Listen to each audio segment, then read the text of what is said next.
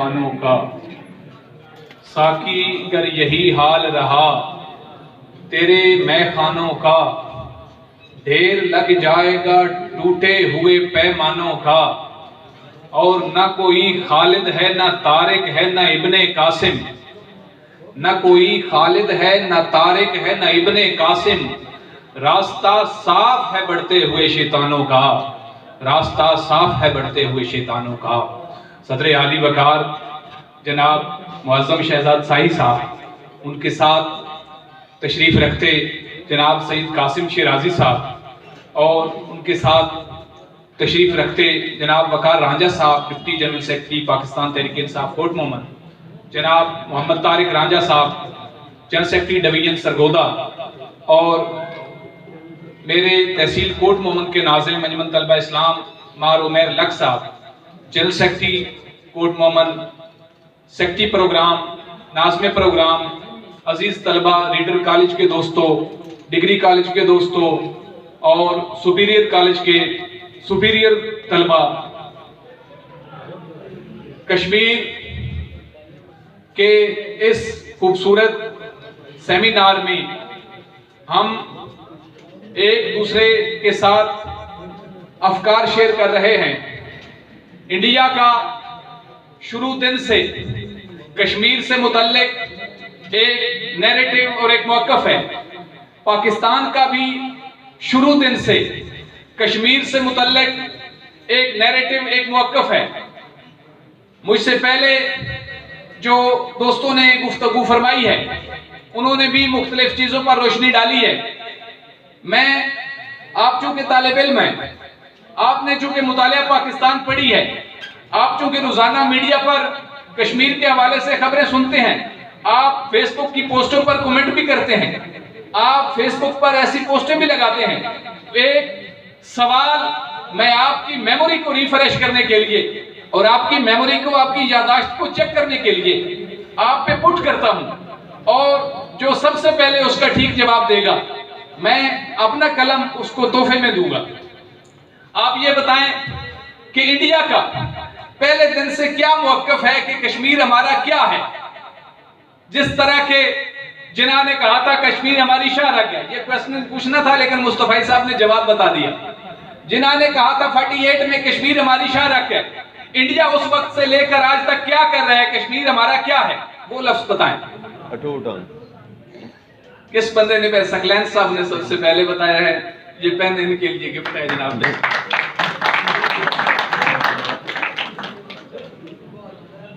मेरे दोस्त और मेरे भाई, अटूट अंग क्या होता है?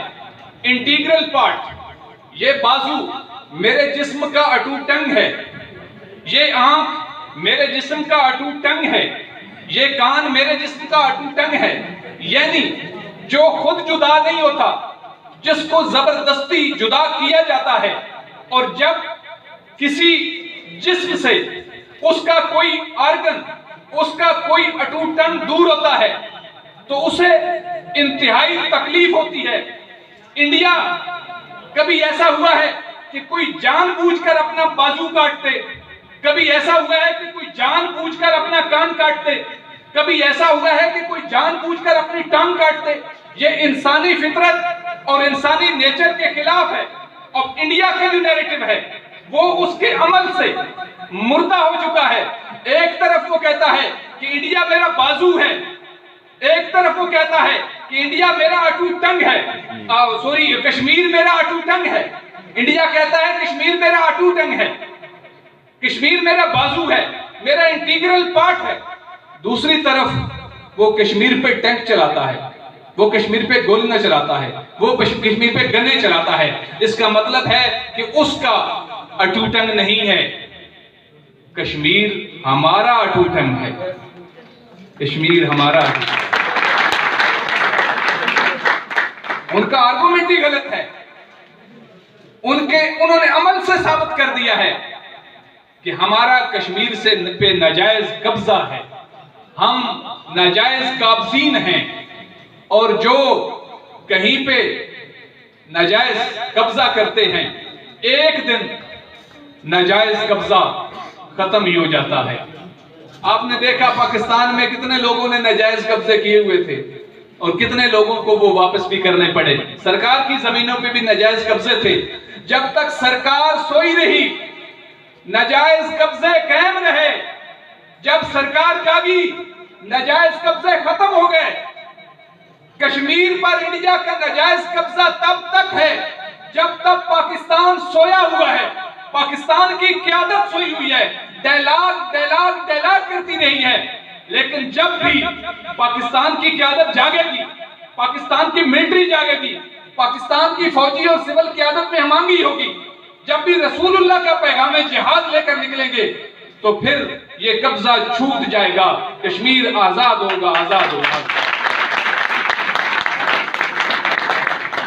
सदर आली वकार हमारे मुआशरे में हमारा सबसे बड़ा लीडर, हमारा फाउंडर मोहम्मद अली जिन्ना है।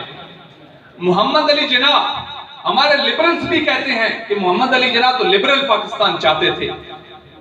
अगर मोहम्मद अली जिन्ना लिबरल पाकिस्तान चाहते थे, अगर मोहम्मद अली जिन्ना जंग के हक में नहीं थे, अगर उनके नजदीक जंग किसी मसले का हल नहीं था, तो फिर मोहम्मद अली जिन्ना ने 1948 में जिहाद का हुक्म क्यों दिया था? मोहम्मद अली जिन्ना मुसलमान था, वो कामल मुसलमान था। उसे पता था कि इन मुसलमानों की आजादी सिर्फ इस्लामी जिहाद से वाबस्ता है, कुर्ते जिहाद से वाबस्ता है, पैगाम जिहाद से वाबस्ता है। मेरे दोस्त और मेरे भाई, उस जिहाद में तकरीबन आधा 40% कश्मीर ले लिया था।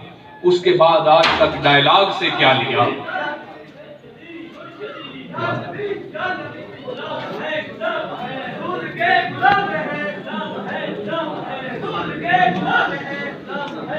जनाब, हम अपने मुअज़्ज़ज़ मेहमान जनाब शहजादा भट्ट साहब, साबिक नायब सदर इंडिया पाकिस्तान, उनके साथ ब्रदर मोहम्मद आज़म राना साहब एडवोकेट, उनको दिल की अथा गहराइयों से खुशामदीद कहते हैं। उनका इस्तकबाल कीजिएगा। सैयदी मुर्शिदी, सैयदी मुर्शिदी जनाब मोहम्मद आज़म राना साहब और जनाब शहजादा भट्ट साहब, साबिक मरकज़ी कायदीन मुतलबा इस्लाम।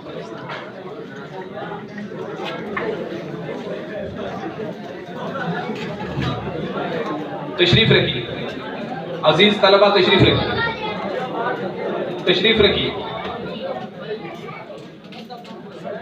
अजीज तलबा, हम बात कर रहे थे कि कश्मीर के मसले का हल क्या है। मेरे फाजिल दोस्त, इंतहाई मोहतरम दोस्त कासिम शिराजी साहब ने कहा है कि इंडिया बड़ी इकोनॉमी है, इसलिए दुनिया हमारी मदद नहीं करती। दुनिया के पास वो बेस्ट मार्केट है, दुनिया ने अपनी चीजें बेचनी है, उनके पास डिफेंस बड़ा है, वो कुव्वत बड़ी है, रकबा बड़ा है, आबादी बड़ी है, एजुकेशन ज्यादा है।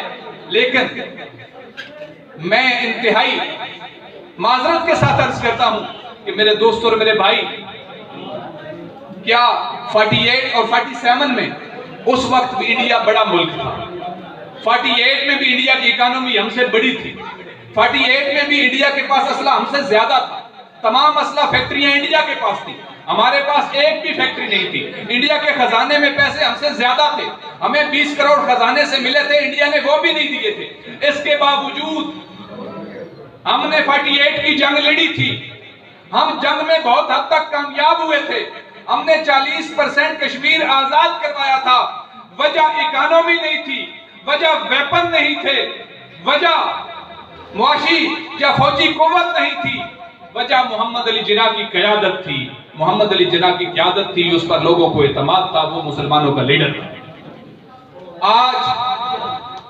आज भी हमारी क़यादत, चूंकि उस वक्त से लेकर आज तक सिविल और मिलिट्री रिलेशंस में पाकिस्तान उलझा रहा है।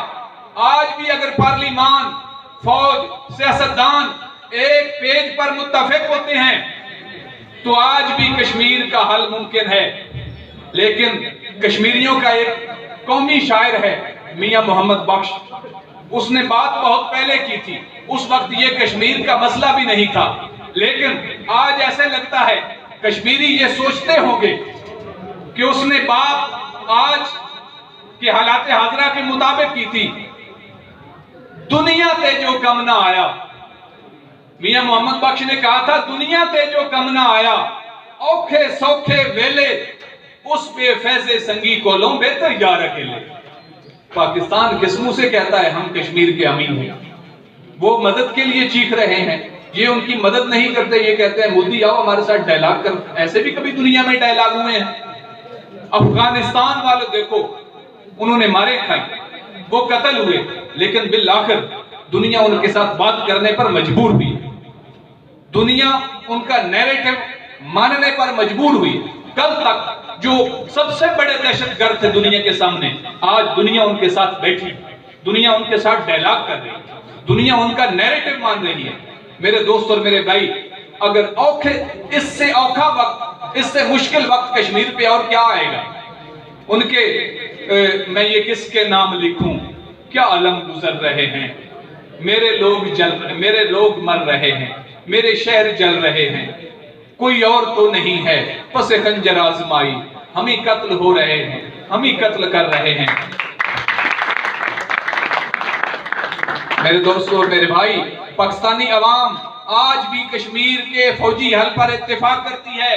पाकिस्तानी अवाम आज भी ये कहती है कि हम तो मजलूम के साथी हैं, दिलो जान के साथ। पाकिस्तान का हसन सिद्दीकी आज भी कहता है कि हमारा डिफेंस इंडिया से मजबूत है, हम इनके कई अभिनंदन गिरा सकते हैं, हम इनको नाको चने चबा सकते हैं। मेरे दोस्त और मेरे भाई, हम तो मजलूम के साथी हैं, दिलो जान के साथ। बनना आएगी हमारी किसी सुल्तान के साथ, हम नहीं उनमें कि अंधेरे में कोई वार करें। जंग हम तुझसे लड़ेंगे मगर ऐलान के साथ, जंग हम तुझसे लड़ेंगे मगर ऐलान के साथ।